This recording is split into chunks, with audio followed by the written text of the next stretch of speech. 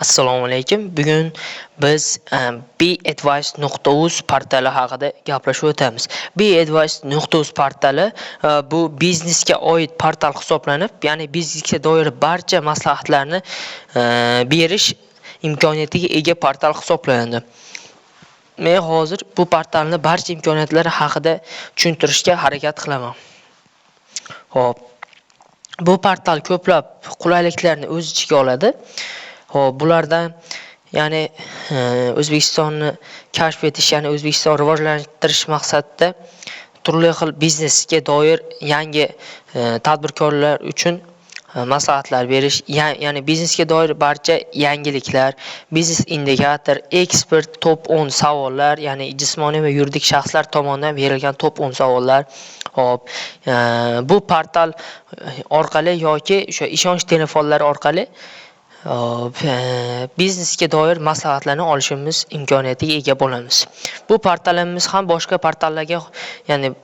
portallarga o'xshab ko'plab ya'ni boshqa tillarda mavjud. Ya'ni ular kirilcha, ruscha va inglizcha variantlari mavjud. Hop. Ya'ni eng ommabop maslahatlar yoki faoliyatlar deyishimiz mumkin. Bular savdo tarmoqlarini ochish haqida, oziq-ovqat do'konini samarali boshqarish, tibbiy faoliyatni litsenziyalash, imtiyozlarning turlari va boshqalarni o'z ichiga oladi. Barcha bo'limlarni quyidagilar hisoblanadi, ya'ni keltirib o'tilgan.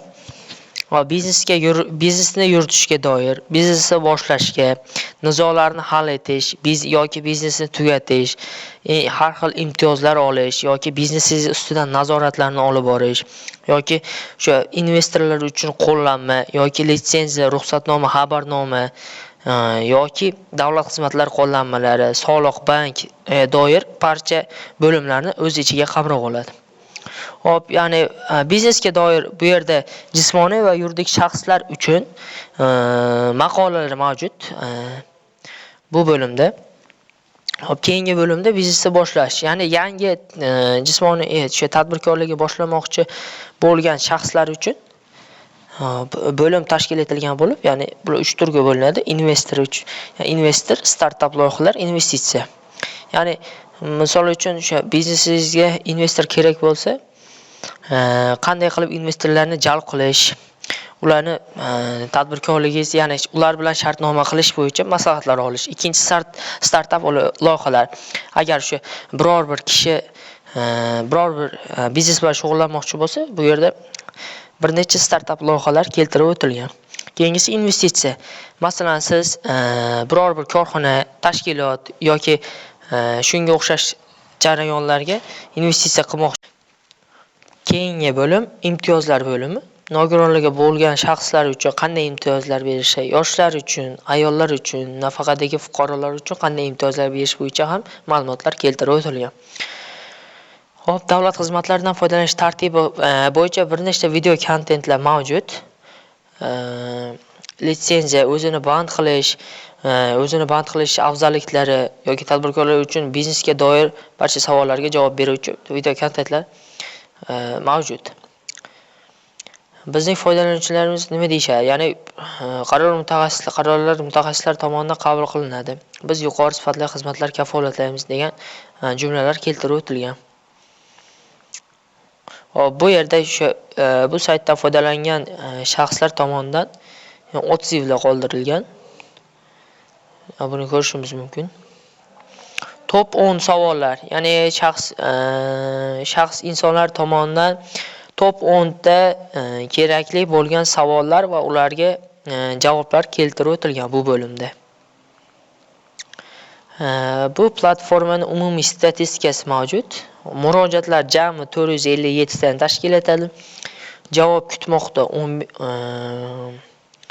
ya'ni bu muddat keltirilgan 15 daqiqa.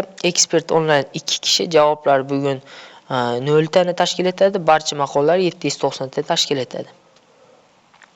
Hop, bu yerda aloqa uchun manzillar, telefon nomerlar keltirib o'tilgan. Manzil O'zbekiston Respublikasi Toshkent shahri Amir Temur Shoh ko'chasi. Mo'ljal Amir Temur metro bekati. Telefon raqamlari mavjud 71lik.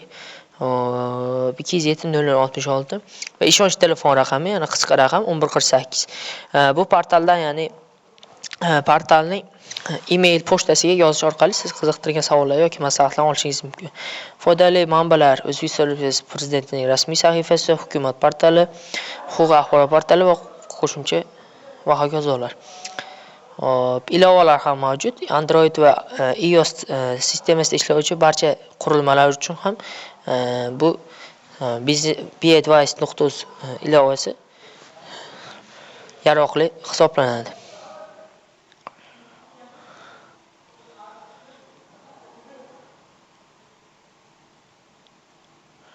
Hop, bu yerda yuqorida, ya'ni ko'rishimiz mumkin, kategoriyalar keltirib o'tilgan. Loyiha haqida, O'zbekistonni kashf etish, yangiliklar, biznes indikator, eksport, top 10 savol, ishonch telefon raqamlari va boshqalar.